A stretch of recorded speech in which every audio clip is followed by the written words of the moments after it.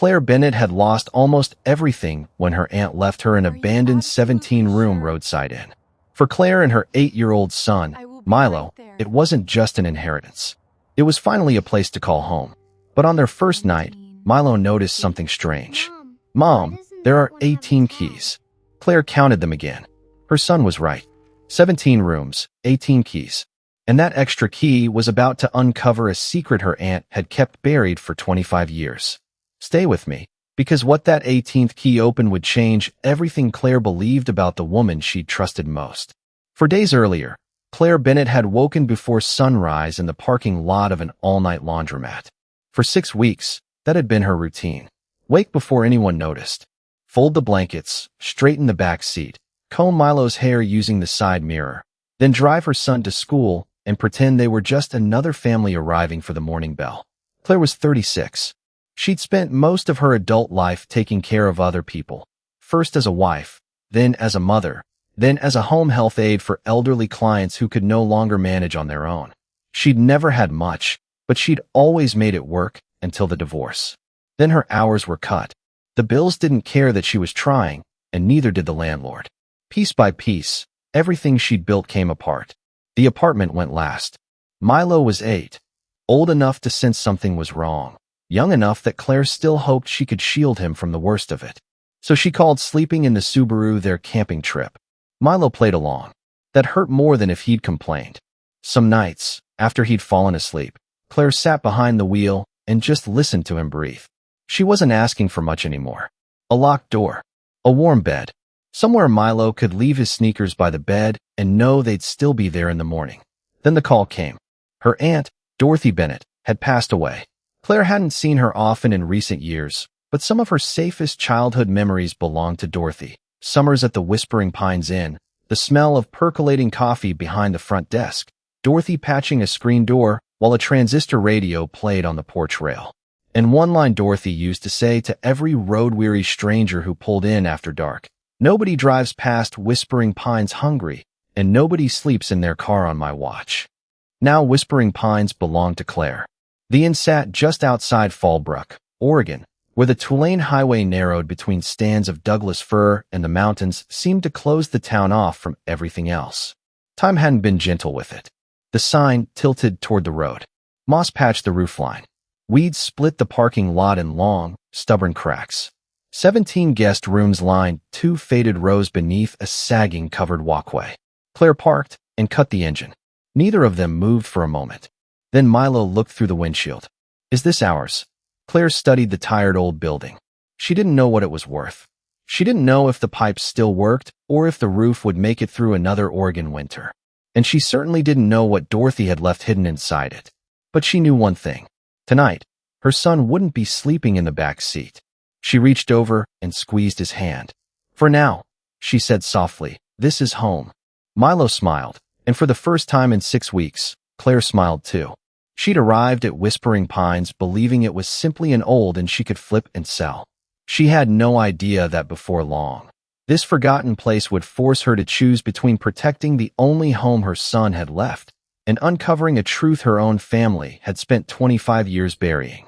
The next morning, Whispering Pines looked less frightening in the daylight. Still tired, still forgotten, but not hopeless.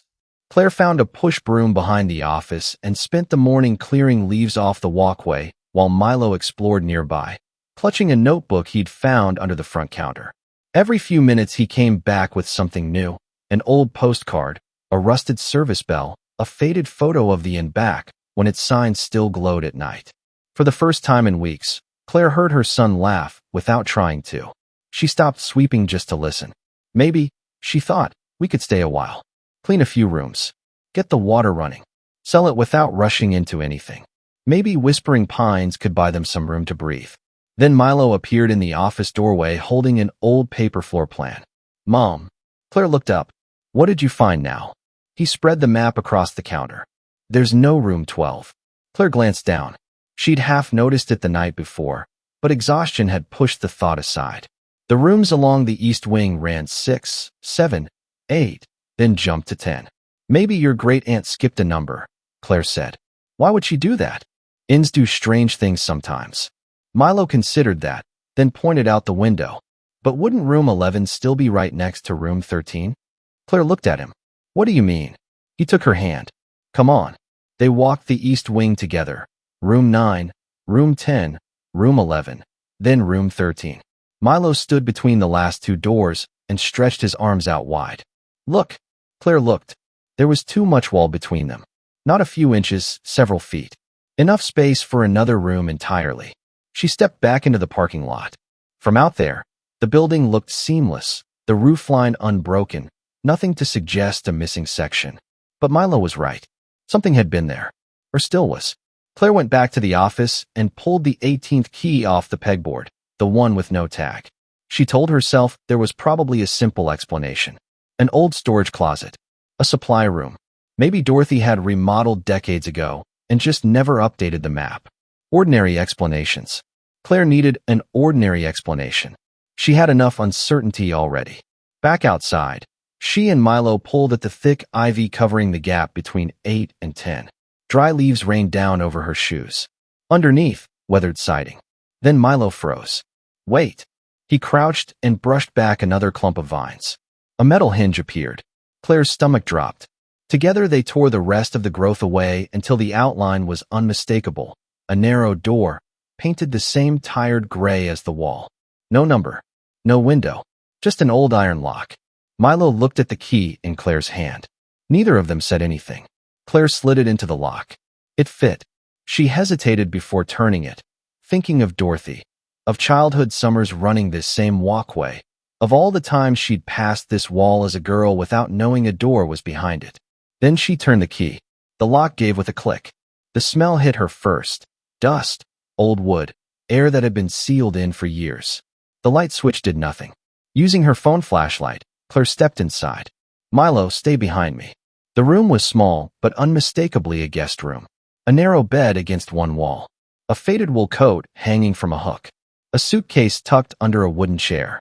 On the nightstand, a water glass filmed with dust. It didn't look abandoned.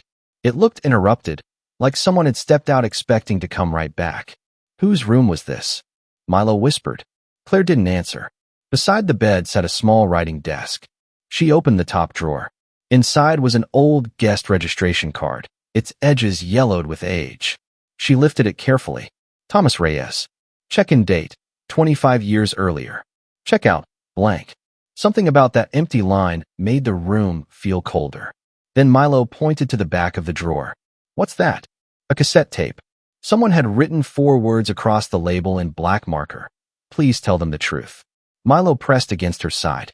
Back in the office, they dug out an old cassette player buried beneath a stack of phone books. Claire cleaned the battery terminals, scrounged 2 AAs from a junk drawer, and pressed play. Static. Then a man's voice, tired, low, afraid. My name is Thomas Reyes. If someone's hearing this, I may not have made it out of Fallbrook. Claire stopped breathing.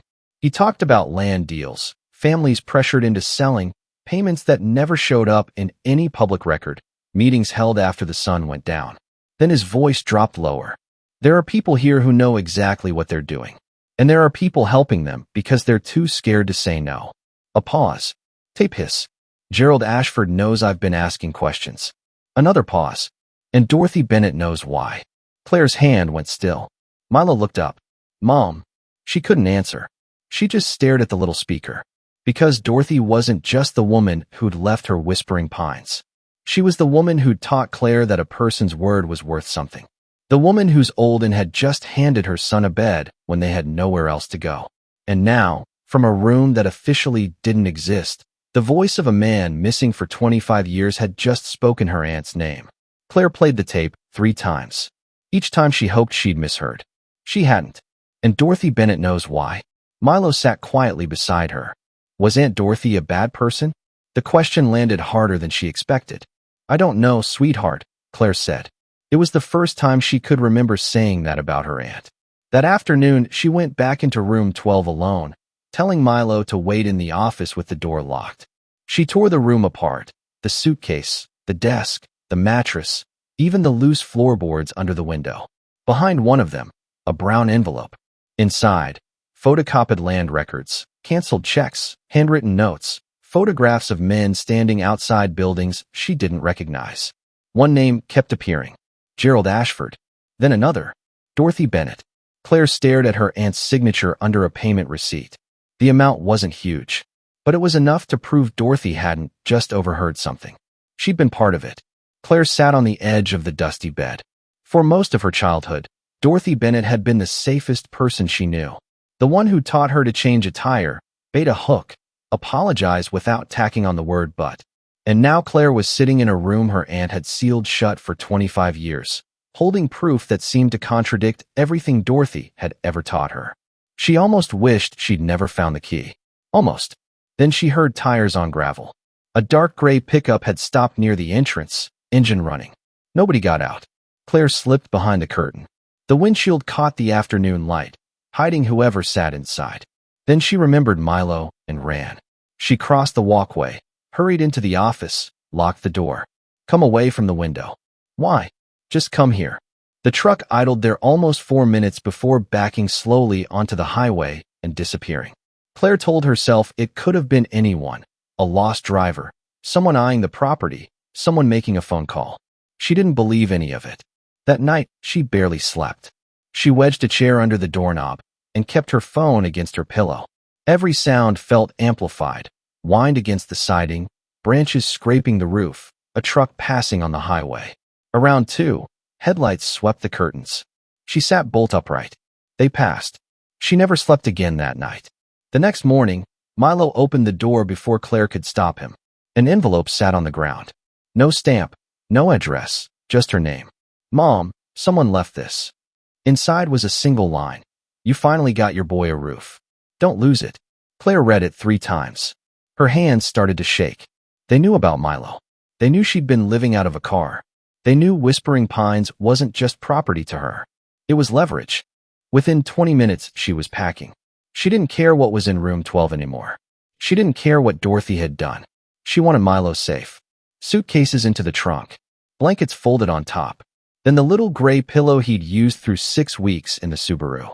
She set it on the back seat. When she turned around, Milo was watching her, his face changing as he looked from the pillow to the packed car. Mom. She forced a smile.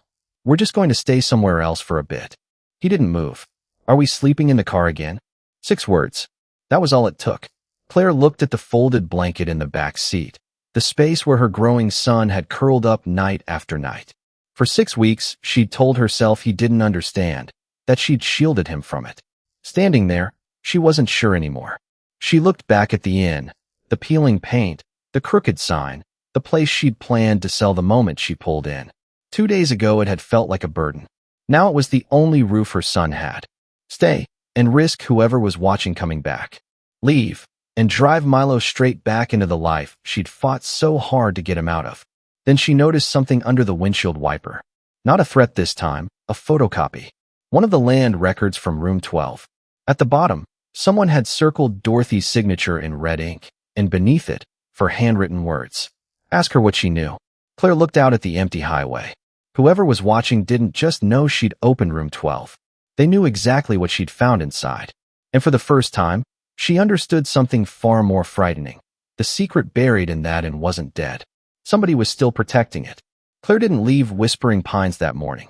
But she didn't unpack, either. For almost an hour, the suitcases sat in the trunk while Milo ate crackers from a paper cup on the office steps. And Claire kept watching the highway for the gray truck. Nothing came. She looked down at the note in her hand. Ask her what she knew. Maybe whoever left it wanted to scare her. Maybe they wanted her furious at Dorothy. Or maybe they wanted her to keep digging. She went back inside. Dorothy's old desk still sat under the window, same as when Claire was a girl watching her aunt balance receipts, pencil behind one ear, coffee going cold beside her elbow. Claire went through every drawer. Nothing. Then she noticed scuff marks on the floor beneath the desk. She shoved it aside. One floorboard sat darker than the rest. She pried it up. Underneath, a small metal lockbox. Another lock. Another secret. She found a tiny tape key under the bottom drawer and opened it. No deeds. No cash. Nothing that could magically fix things. Just letters. Dozens. All addressed to the same man. Thomas Reyes. None of them mailed. Claire opened the oldest one. Dorothy's handwriting, unmistakable. She read fast at first, then slower. By the third letter she had to sit down. Dorothy had known about the land deal. She'd let Gerald Ashford and a handful of investors meet privately at the inn after hours. She'd signed papers. She'd taken money. Claire closed her eyes. Some part of her had still been hoping for innocence. There wasn't any. But the letters kept going. Dorothy wrote that Ashford had called it harmless, old land bought from people ready to sell anyway. Then Thomas started asking questions. Families had been pressured. Some had been lied to about what their property was worth. Information had been kept from them while men with connections quietly positioned themselves to profit. Thomas found out. Eventually, so did Dorothy. One letter, written not long after Thomas vanished, had handwriting that shook across the page. Thomas, I told myself I was protecting my family, the inn, everything I'd built. But fear doesn't turn into courage just because you call it protecting someone. Claire stopped reading. For a long time, the only sound in the office was the wall clock. She thought of Dorothy telling her, again and again, to tell the truth even when it cost her something. Now she understood why her aunt had said it so often. Maybe some lessons don't come from wisdom. Maybe they come from regret. Milo appeared quietly in the doorway. Mom? Are you crying? A little. He leaned against her. Claire wrapped an arm around him. Was Aunt Dorothy bad? There it was again. This time Claire didn't rush to answer. No, she finally said. Then, that's not quite right. She did something wrong. Something very wrong. And when she had the chance to tell the truth, she got scared. Did she say sorry? Claire looked at the letters. She tried to. Did it fix it? Something in her chest cracked open. Kids had a way of finding the exact question adults spent years avoiding. No, she whispered. It didn't. Then why'd she keep writing? Claire looked at the box. Decades of apologies addressed to a man who would never read them. I think because she didn't want to forget what she'd done. That afternoon, Claire read every letter. Dorothy never once asked Thomas for forgiveness. That mattered. She never claimed she was innocent. That mattered too. Over and over she wrote about going to the police, going to a newspaper, telling Claire's mother. Then fear stopped her. Years passed. Ashford grew richer. Thomas stayed missing. Dorothy grew old. Claire had spent the previous night wondering if the aunt she loved had been a lie. Now she understood something harder. She hadn't been. The woman who taught her to be kind was real. So was the woman who took the money. The aunt who gave stranded travelers a free room for the night, real. So was the frightened innkeeper who stayed silent when a man needed her to speak up. Both were Dorothy Bennett. And Claire realized she didn't have to choose between loving her and telling the truth about her. She could do both. Near the bottom of the box was one last envelope, different from the rest, not addressed to Thomas. On the front, in Dorothy's fading hand, for Claire. Her fingers tightened around it. She almost opened it. Then she stopped. Something told her this one was different. She wasn't ready. She set it back in the box and looked over at Milo. For 2 days she'd been asking herself what kind of woman her aunt really was. Now she had a different question. What kind of woman would she choose to be, now that she knew the truth Dorothy had been too afraid to tell? Claire didn't open Dorothy's final letter. Not yet. She carried the whole box into room 12 instead. The letters, the land records, the photographs, Thomas's cassette. For the first time since arriving, she stopped thinking about selling the inn. Stopped thinking about what it might be worth. She thought about Thomas Reyes. 25 years. 25 Christmases his family had spent without answers. 25 birthdays. 25 years wondering if he'd left them on purpose. Dorothy had spent nearly 3 decades waiting for courage to show up on its own. Claire finally understood. That's not how it works. Sometimes you act while you're still scared. She took out her phone and photographed everything. Every page, every signature, every check, every letter. She uploaded copies to 3 separate accounts and mailed a set to an old friend in Portland. If anyone came back to destroy room 12, they wouldn't be destroying the truth with it. Then she made a call. Sam Whitfield picked up on the 4th ring, 67 years old, a lifer at the Fallbrook Courier, with the tired caution of a man who'd heard, "I have proof," more times than he could count. Claire told him she had information about Thomas Reyes. Silence. Then, don't say anything else on the phone.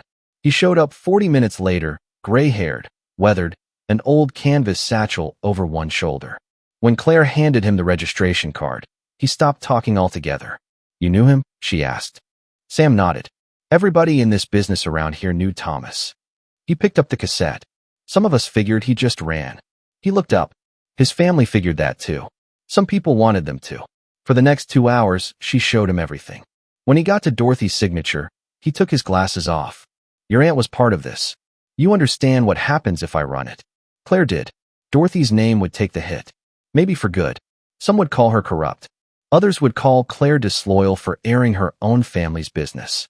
For a second, she remembered the woman who used to make pancakes on Sunday mornings, who taught her to fish, who'd given her and Milo the only roof they had left. Then she remembered the letter. Fear doesn't turn into courage just because you call it protecting someone. Don't protect her, Claire said. Sam studied her. You're sure? No, she admitted. But I'm sure the truth matters more. He nodded slowly, then stopped cold on the name Gerald Ashford. You know him? Claire asked. Sam gave a humorless laugh. Everybody in Fallbrook knows him. Ashford was 74 now, retired from practicing law but far from powerless. His family still held commercial property across the county, including land tied to a development worth millions. Sam spread the old maps across the desk and pointed. These parcels. Thomas was investigating these. Claire nodded. Some of them are part of that development today. The secret wasn't only about something terrible that happened 25 years ago. It still had a price tag, and exposing it could still cost somebody real money. There was a truck, Claire said quietly, and told him about the note. Sam read it twice. You and your boy shouldn't be out here alone. Should I leave? He looked around the inn, then back at the evidence. That's your call. But if somebody thinks scaring you off makes this go away, we make sure it can't. That afternoon, Sam made calls. Claire sent copies to his editor, to an attorney, to county investigators. By sundown, the secret Dorothy had sealed inside one room existed in too many places to ever bury again. For the first time, Claire felt something stronger than fear. Not safety yet, but possibility. 3 days later, the story ran. Missing reporters' files found in sealed motel room. Thomas Reyes's name printed beneath it. So was Dorothy Bennett's. So was Gerald Ashford's. Claire stared at the article for a long time. Her aunt's reputation wasn't hers to protect anymore. Thomas's story wasn't hers to carry alone. The truth belonged to everyone now. The next morning, a vehicle pulled into the lot. Claire's whole body tensed, but it wasn't the gray truck. An old pickup, older still than the one she'd feared. A thin man in his 70s climbed out slowly, a battered file box in his arms. Name's Otis Beckman, he said. Used to work for the county. He looked toward room 12, then back at her. I read the article. His eyes carried something she recognized instantly, shame. I've been waiting 25 years for somebody else to go first. He set the box on the hood of her car. Figured these belong with what you found. Inside were original county records, meeting notes, property assessments, exactly what Thomas had been chasing before he vanished. Otis looked down. Your aunt wasn't the only coward in this town. Something had shifted. Opening room 12 hadn't just exposed Dorothy's failure. It had cracked a door open for everyone else who'd stayed quiet too, and one by one, they started walking through it. They kept coming, not all at once, no camera crews, no dramatic arrest, no neat bow tying 25 years of pain shut. Real life doesn't work that way. First came Ruth Calloway, elderly, carrying a faded photo of her parents in front of a farmhouse. My father sold 60 acres for almost nothing, she said. He thought the county was going to seize it. She looked at the photo. 6 months later, developers bought the land next door for 5 times what he got. Then a retired mechanic. A widow whose husband died believing he'd made the worst decision of his life. A man who remembered Thomas Reyes knocking on his parents' door, asking questions nobody wanted to answer. They didn't come because Claire had all the answers. They came because after 25 years, somebody had finally opened the door. She listened. That surprised her. A week earlier, she'd been measuring Whispering Pines by what it could give her: a roof, a bed for Milo, money if she sold. Now she saw it differently. Maybe its value wasn't in what she could take from it. Maybe it was in what could happen there. Then one afternoon, a silver sedan pulled in. Claire tensed automatically. A small woman stepped out, maybe 70, silver hair pinned loosely, standing by the car a long moment before approaching. Are you Claire Bennett? Yes. My name is Diane Reyes. Claire's breath left her. Thomas's younger sister. Diane looked toward the east wing. Is it still there? Claire knew exactly what she meant. Yes. Could I see it? Claire led her to room 12 and let her go in alone. Diane touched the back of the wooden chair, the old suitcase, the coat. Then she found the registration card. Her brother's name. For 25 years, she said, her family believed Thomas had simply left.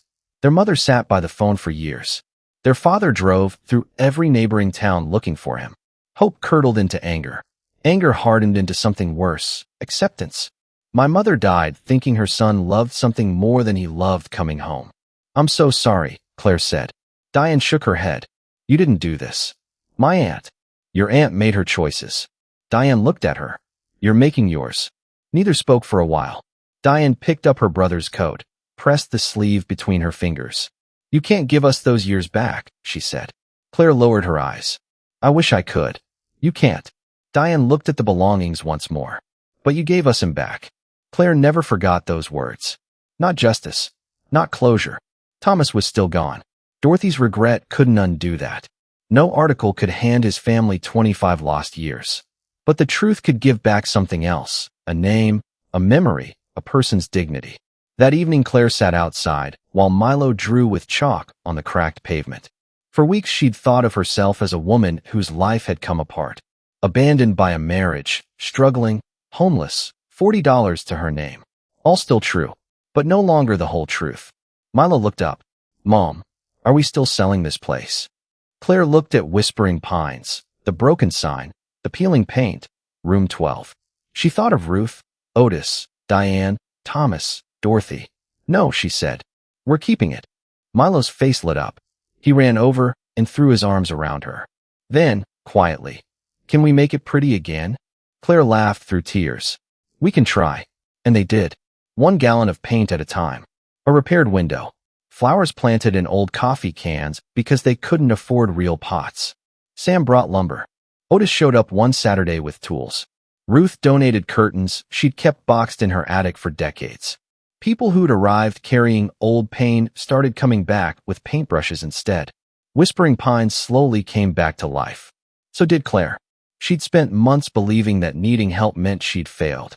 Now she understood something she wished she'd learned years earlier.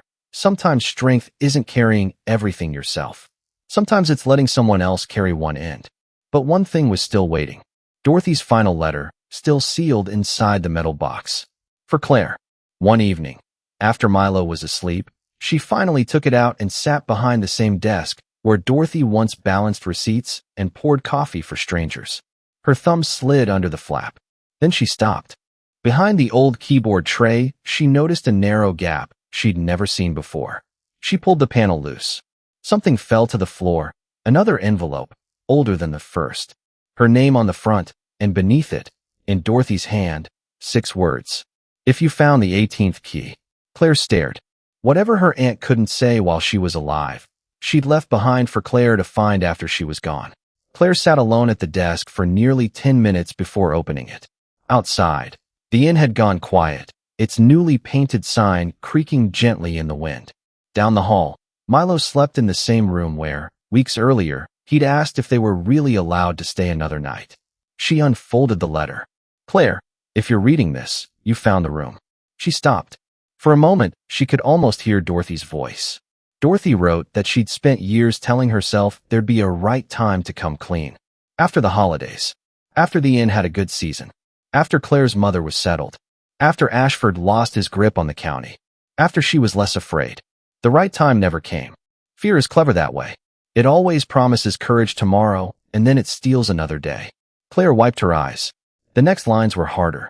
I won't ask you to forgive me. Some things shouldn't get smaller just because the person who did them is sorry. Claire covered her mouth. Dorothy knew exactly what she'd done. She hadn't left this letter asking to be remembered as a good woman. She hadn't asked Claire to protect the family name. She'd asked for something much harder, the truth. Dorothy explained she'd kept room 12 sealed because she couldn't bring herself to destroy Thomas's evidence. Every year she thought about opening it. Every year, she didn't. When her health started failing, she made one last decision. She left Whispering Pines to Claire. You were always braver than you knew, she wrote. Even as a little girl, you asked questions when the grown-ups wanted you to stay quiet. The final line. If you found the key, I only ask one thing. Be braver than I was. Claire read it once. Then again. She cried, not because Dorothy was innocent. She wasn't. Not because the letter erased anything. It couldn't. She cried because she finally understood what her aunt had truly left her. Whispering Pines wasn't an apology. The 18th key wasn't a gift. They were a responsibility. Dorothy had left Claire the truth because she'd run out of time to become the woman she'd wanted to be, and somehow believed her niece might have the courage to finish what she couldn't. The next morning, Claire took Milo into room 12. Sunlight came through the window now. The dust was gone. Thomas's belongings had been carefully preserved, and on one wall Claire had hung copies of the documents that told the whole story. She'd made her decision. Room 12 would stay, not as a spectacle, not as something to fear, but as a place to remember. Over the months that followed, Whispering Pines slowly came back. 6 rooms first, then 10. Travelers started stopping again. Some had read about Thomas Reyes. Others knew nothing about any of it. They just needed a clean bed and somewhere warm. Claire kept Dorothy's old coffee pot behind the desk, and whenever someone pulled in late, worn out and short on cash, she remembered what her aunt used to say. Nobody drives past hungry, and nobody sleeps in their car. So sometimes she charged less. Sometimes nothing at all. She understood now. Dorothy's kindness had been real. So had her cowardice. People were complicated enough to hold both. Claire didn't need to make her a hero to keep loving her. She didn't need to hate her to tell the truth. Nearly a year after Claire first pulled into the lot, Diane Reyes came back. This time she wasn't alone. She brought Thomas's niece and 2 grandchildren he never lived long enough to meet. They stood together in room 12. Diane set a framed photo of Thomas on the desk, smiling, young, alive, before Fallbrook, before the investigation, before his name became a question mark. She touched the frame. He has a room now. Claire swallowed. He always did. Diane shook her head. No. I mean, he has a place in the world again. That evening, Claire stood outside as the sun dropped behind the fir trees. The inn wasn't beautiful yet. There were still boards to replace, bills that kept her up some nights, rooms she couldn't afford to touch. Her life hadn't magically gotten easy, but Milo was inside doing homework at the front desk. There was food in the fridge, flowers by the walkway, and for the first time in a long time, Claire wasn't lying awake wondering where they'd sleep tomorrow. She reached into her pocket. The 18th key was still there. Once it had opened a room full of everything her family wanted forgotten. Now she understood. Some doors don't get opened so we can live in the past. They get opened so the past stops running the future. She looked through the window at Milo and smiled. Claire had thought she'd inherited an abandoned inn. What Dorothy had really left her was a choice. Bury what hurt, or open the door. Dorothy spent 25 years choosing fear. Claire chose differently. And because she did, a missing man got his name back. A frightened town started telling the truth. An old roadside inn became a home again. And a woman who once believed she'd lost everything finally understood. Sometimes the life that falls apart isn't the end of your story. Sometimes it's where the door to the next one opens. A few days later, Claire found a small notebook under Milo's pillow. A folded page slipped free. A drawing of their old Subaru under a row of stars, and underneath, in his handwriting, "Mom thinks I didn't know we were homeless. I knew. I just pretended it was camping because Mom looked sad when she thought I was asleep." Claire's breath caught. She sat down and cried. She believed she was protecting him. She never realized he'd been protecting her too. That evening she found him doing homework behind the front desk. She took a small brass key from the drawer and pressed it into his hand. He looked up. "What's this?" "Your key." "To what?" She smiled through tears. "Home." She closed his fingers gently around it. "So you never have to wonder if you're allowed to come back." Milo threw his arms around her. And in that moment, Claire finally understood. Dorothy had left her a key to the past. One weighed down by fear, silence, and regret. But Claire was giving Milo something different. A key to what came next. Maybe that's what life asks of us. We don't get to choose what the people before us leave behind. Their mistakes, their regrets, their unfinished business. But we do get to choose what we put into the hands of the ones who come after. Dorothy left Claire a secret. Claire turned it into truth. She left behind fear. Claire chose courage. And the boy who once slept curled up in the back seat of an old Subaru finally had a key of his own. Because the most important key in this story was never the one that opened room 12. It was the one a mother placed in her son's hand. We can't change what gets handed down to us, but we can choose what we hand down next. And sometimes, that's how a family finally finds its way home. If this story stayed with you, think about it for a second. What will you leave behind for the next generation?